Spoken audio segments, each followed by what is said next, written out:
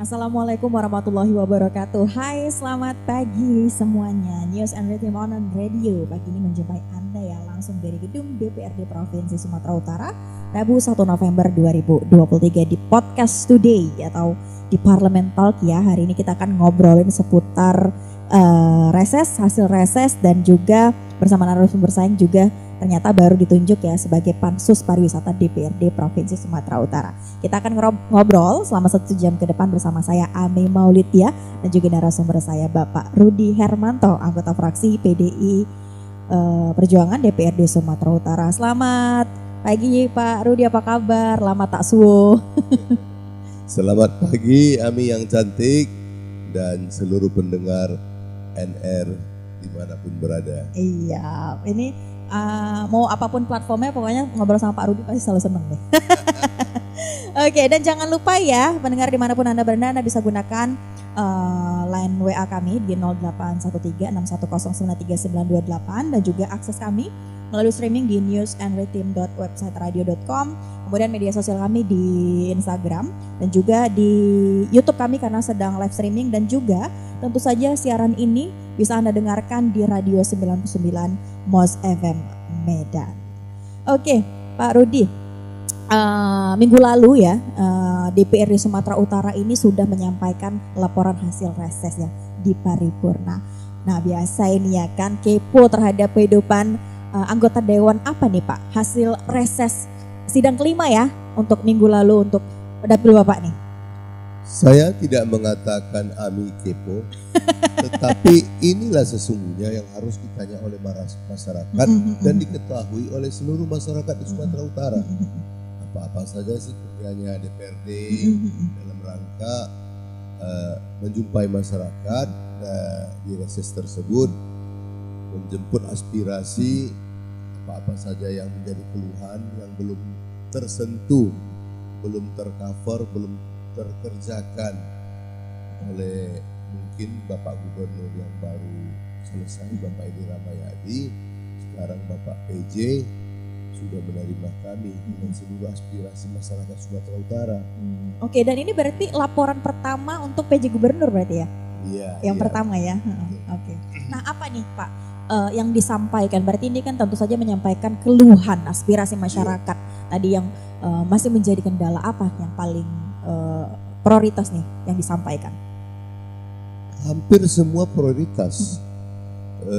Tentunya jalan lah ya, infrastruktur jalan yang masih sedang berlangsung itu, di samping itu tentu masih banyak lagi problem-problem masyarakat di Sumatera Utara ini yang belum selesai dikerjakan dan terus menerus akan dikerjakan. Oke, baik. Nah tentu laporan ini adalah tadi bentuk mengakumulasi ya dari semua aspirasi masyarakat, dari aspirasi konstituen yang masih menjadi problematika di masyarakat, dan tentunya harapannya supaya bisa segera diselesaikan gitu Pak Rudi. Apa yang paling terdekat ini yang Pak Rudi sendiri lakukan, pemerintah juga lakukan untuk penyelesaian yang disampaikan oleh masyarakat Pak? Kalau yang taktis ya saya rasa itu memang infrastruktur harus dikerjakan dengan cepat. Namun beberapa waktu lalu kan masalah keamanan, begal segala macam itu kan menjadi sebuah momok juga bagi situasi kenyamanan masyarakat, dan itu kami bersuara dan sudah ditanggapi Pak Kapolda yang baik itu, Pak Irjen Agung. Beliau langsung turun menyelesaikan persoalan ini dan kelihatannya sekarang sudah mulai pulih dan orang-orang udah nggak begitu takut lagi keluar malam ya, tempat-tempat makan udah pada ramai. Oke, nah kemarin kita memang sempat ya menghadapi situasi Medan darurat akan begal ya. Dan sekarang mungkin Gotham memang City. Gotham City katanya ya, macam di film Batman. Tapi sekarang memang sudah terasa, sudah momok mengerikan itu sudah mulai berangsur membaik lah ya. Tapi kita juga muncul problem baru nih Pak. Barangkali mungkin disampaikan juga ke konstituen bahwa sekarang jadi musim pagar besi rumah orang masih ada aja pun hilang. Tentu ini pasti paling banyak juga yang disampaikan pada saat reses Pak. Gimana tuh? Kalau mengenai pagar besi nggak terlalu banyak yang menyampaikan, hampir ya nggak ada lah. Tetapi tentu kita juga tidak bisa berdiam diri ya melihat kondisi ini. Sekarang masyarakat itu kan sudah langsung menjadi sarana penyampaian itu kan melalui sosmed ini kan ngeri. Begitu kejadian langsung bisa di-post, di live segala macam dan akan disaksikan seluruh masyarakat dunia, terkhusus Kota Medan tentunya. Nah, dalam hal ini tentu peranan dari berbagai stakeholder, baik itu dari pemerintahan provinsi, pemerintahan kabupaten kota, terkhusus Medan tentu Pak Wali Kota ya, dengan seluruh jajarannya agar menginstruksikan kepada seluruh jajaran untuk menjaga aset-aset yang ada di pemerintah Kota Medan maupun masyarakat, menjaga lingkungan, bagaimana mengadakan siskamling yang baik secara masif, rutin, tidak sekedar sporadis saja sistemnya. Hari ini butuh ini, besok nggak usah lagi.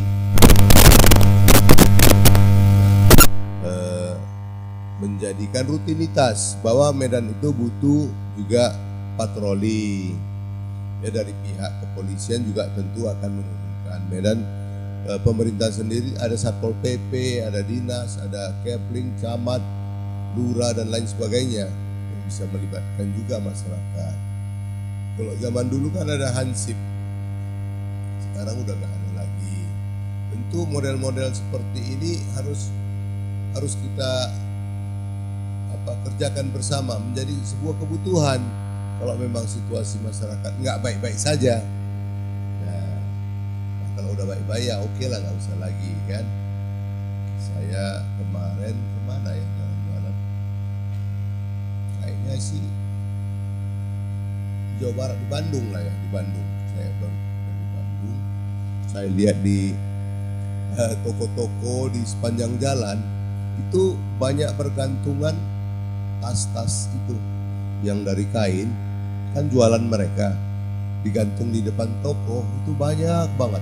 Ada yang dari keranjang-keranjang, dan saya lihat ini nggak hilang nih, saya bilang sama istri saya. Kalau di Medan sih ini udah lewat. Selesai lah itu ya. Selesai, pintu aja silap di dongkel itu. Jadi kita udah lihat dari Medan Labuhan sampai SM Raja, toko-toko, ruko-ruko yang diintip tak ada penghuni. Jangankan besinya, Ami. Iya. Sama kosen-kosennya juga diangkat. Memang aduh luar biasa. Tapi tentu dalam hal ini kita harapkan juga keterlibatan masyarakat Kepling yang paling dekat ya, untuk memonitor kegiatan masyarakat. Memang Pak Kepling juga nggak mungkin kita harapkan 24 jam ya. Tapi kan bisa dibuat semacam piket ya, melibatkan masyarakat. Ayo dong kita rembuk desa gitu ya, rembuk kampung atau apalah namanya. Kampung kita ini, ayo kita jaga bersama kan boleh. Nah, ayo siapa yang bapak-bapak, pemuda yang mau, yang bersiap jam sekian sampai jam sekian kan sambil jalan-jalan keliling. Kan buat kesehatan juga. Nah, yang jaga malam bagaimana solusinya? Ayo siapa yang mau keluarin kopi, yang mau bantu gula.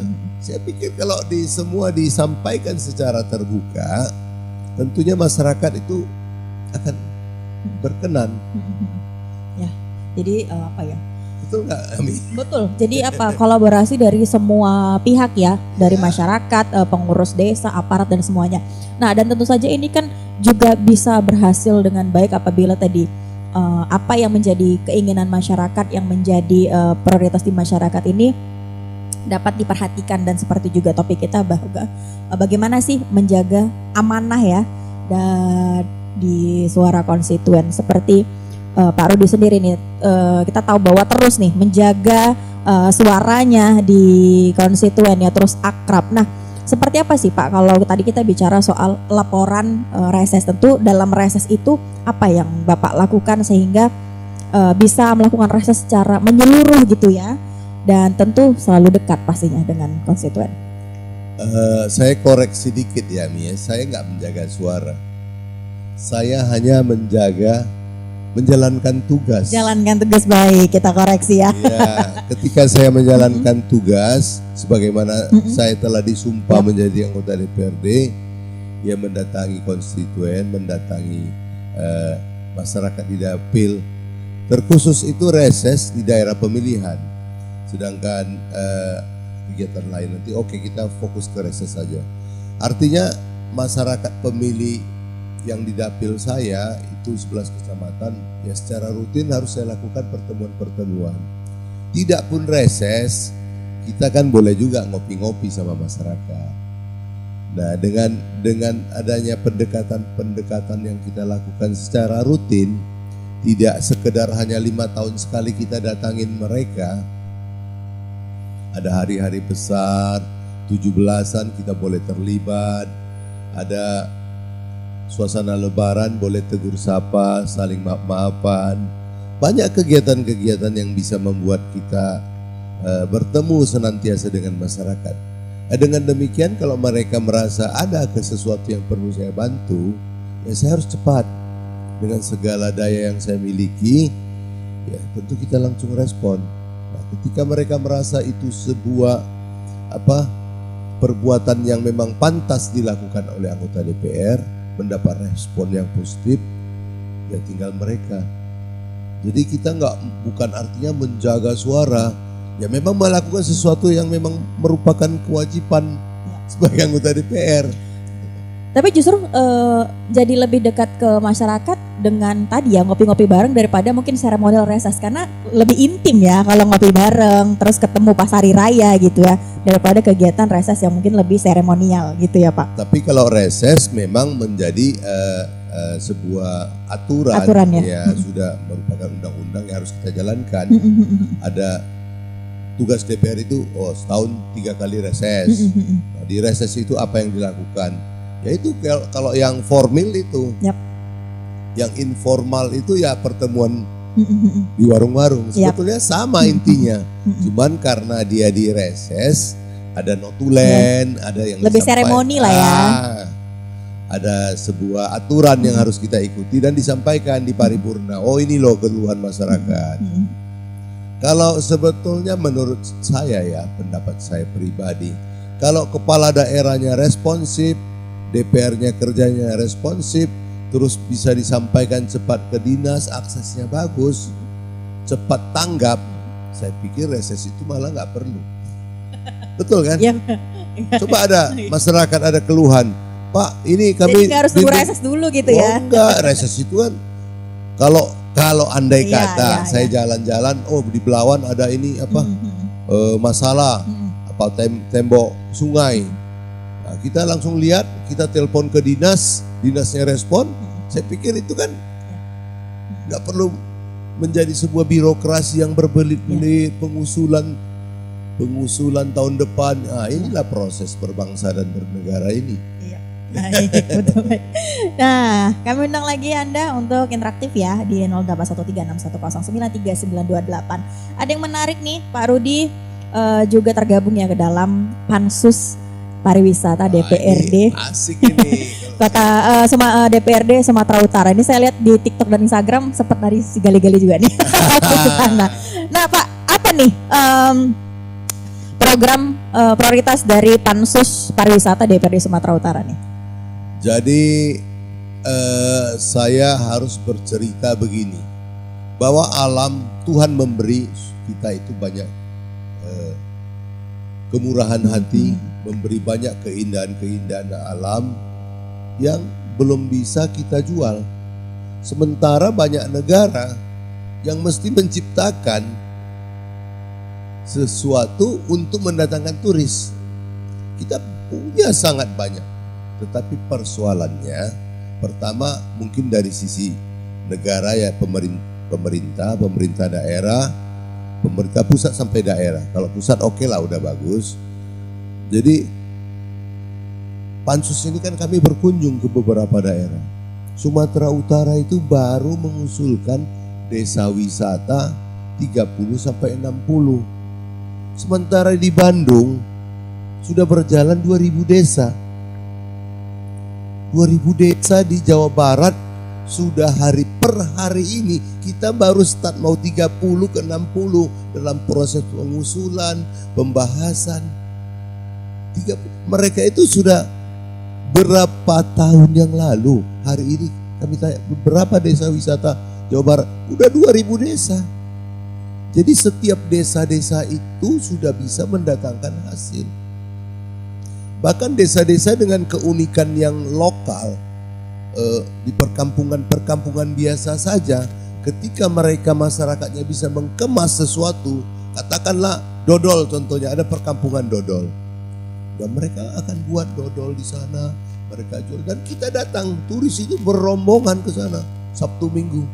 Ada homestay, ada ini, bagaimana cara buat dodol, semua bisa diciptakan menjadi sebuah desa wisata. Bagaimana wisata kita di Sumatera Utara yang saya jalan ke Jogja kemarin juga pansus pariwisata. Di Jogja dulu tahun 80-an saya ke sana, memang standar harga di sana agak murah ya ketika kita makan. Nah sekarang saya masuk ke tempat gudeg dengan tukang beca dayung. Pak, ayo saya mau makan gudeg, mau dibawa ke sini. Satu baris itu jualan gudeg semua. Saya masuk ke salah satu dan di dindingnya tertera harga. Gudeg komplit, gudeg ayam, gudeg ini, gudeg itu. Nah, saya bilang ini yang komplit. Harganya sudah ada. Nah, ketika kita makan dengan kita tahu isi kantong kita kan tidak merasa tertipu. Coba kita, ya artinya ini juga harus kita lakukan di Sumatera Utara. Ketika kita jalan-jalan ke Prapat, ke Samosir, kita beli mangga, di sini harganya beda, di situ beda. Nah itu yang kemarin kami sampaikan kepada pemerintah daerah, pemerintah kabupaten Samosir. Begitu banyak potensi alam, potensi budaya, bagaimana si gale-gale, bagaimana membuat ulos, itu sesuatu banget untuk dijual dan dikemas. Bagaimana turis-turis itu agar bertahan di setiap kampung, bagaimana toiletnya, ya harus dibuat bersih lah ya, namanya turis. Kalau toilet itu udah merupakan sarana yang utama. Kemarin kita baru lihat itu ada di salah satu negara di China, salah satu kota, toilet nilainya 27 miliar. Saya pikir ya kalau dulu di sana kan namanya toilet itu jauh, tapi sekarang mereka harus berbenah. Semua harus berbenah, kita juga harus berbenah. Nah, dalam tadi kita punya banyak potensi sumber daya alam sebenarnya yang sangat-sangat luar biasa dan juga budaya. Tapi itu tadi dibandingkan Jawa Barat kita masih mau mencanangkan dari 40 ke 60. Tentu ini kan karena terlalu banyak kendala dan yang harus kita urai satu-satu agar kita mudah melakukan capaian target itu. Apa ini Pak? Kendala yang terbesar kemudian yang paling pertama dulu harus diurai nih. Jadi kalau menurut saya Ami ya, yang paling nomor satu itu goodwill dari top leader. Jadi kalau seorang kepala daerah atau gubernur dalam penyampaian visi dan misi ketika dia akan mencalonkan diri, dia tidak memasukkan itu pariwisata merupakan program unggulan, kita nggak bisa menuntut. Tetapi kalau kepala daerah itu menganggap bagaimana meningkatkan kesejahteraan masyarakat Sumatera Utara, salah satunya memberdayakan pusat-pusat wisata yang sudah ada. Nah, bagaimana pemerintah harus hadir di sana? Ayo dong keroyokan. Banyak dinas-dinas yang bisa dilibatkan. Untuk sarana jalan nanti bisa PU, PUPR. Nah, untuk sarana perdagangan bisa melibatkan Disperindak. Banyak dinas bisa dilibatkan. Bahkan DPR yang dari dapil tersebut, contohnya dari dapil Samosir, dia bisa mengarahkan apa bentuk-bentuk bantuan yang harus diarahkan ke sana. Kami melihat masyarakat di Jawa Barat itu waduh luar biasa. Desa wisatanya maju, bagaimana mengembangkan ulos dengan berbagai varian, kan boleh. Kita kan nggak boleh harus bicara sempit ya, bicara bisnis. Sekarang online juga sudah ada dan lain sebagainya. Nah, bagaimana mengemas, menjual produk wisata tentang ulos. Nah, setelah ulos kamu dapat apa? Ada pantai di situ, di samping perkampungan ulos, di belakangnya ada danau. Terus ada kafe di situ yang cukup asik. Tetapi semua kan mesti bekerja sama. Masyarakatnya juga welcome. Jangan tamunya dibentak-bentak, ya kan? Perlu banyak edukasi sesungguhnya. Jangan cuma dibilang kalau nggak beli jangan lihat-lihat. Jangan pegang-pegang ini Jangan ulos pegang-pegang. ini. Oke, Gak apa-apa, biar dipegang, biar dipakai, biar dia foto-foto nggak apa-apa. Begitu dia foto bagus, dia kirim ke orang tua atau temannya. Wah, ini cakep ini. Akhirnya dia balik beli kan. Nah, saya pikir banyak upaya-upaya yang persuasif bagaimana kita harus menyusun sebuah aturan-aturan pariwisata nanti agar ada standarisasi. Ya. Jangan orang masuk ke restoran makan, wah waktu mau bayar terkaget-kaget, under ekspektasi. Wah, dikiranya murah, ternyata waduh mak. Pernah kan kejadian itu di Samosir sampai viral. Habis makan satu keluarga jalan-jalan ke salah satu restoran. Wah, berantem sama yang pemilik restoran. Bayarannya jutaan. Makanya berempat satu keluarga terkaget-kaget. Oke, baik. Nah, kemarin kan kunjungan ke Samosir nih, Pak. Kemudian seperti apa nih respon dari tentu saja pemerintah daerah, stakeholders, masyarakat terhadap tadi adalah tujuannya untuk mengembangkan pariwisata yang tadi berstandar internasional. Nah, di sana kami banyak diskusi dengan pihak pemerintah Kabupaten Samosir. Saya lihat mereka juga cukup responsif. Tapi mudah-mudahanlah kepala daerahnya juga mau menjalankan saran-saran kita itu. Kalau dijalankan syukur, tak dijalankan juga nggak apa-apa. Tapi kehadiran kami ini kan contohnya kita udah kesana kemari, keliling-keliling, udah capek-capek badan. Kita kasih ilmu malah ditentang, maunya jangan gitu. Artinya apa yang merupakan sebuah ide-ide yang bagus kita boleh diskusikan. Nah, semua dalam rangka kebaikan. Kalau saya sederhananya bahkan tidak menempatkan diri saya sebagai anggota DPR yang berkunjung, tetapi sebagai turis yang sering mendapat perlakuan di banyak tempat yang berbeda-beda, yang merupakan ya kalau kenyamanan itu nggak ada harga loh. Amin.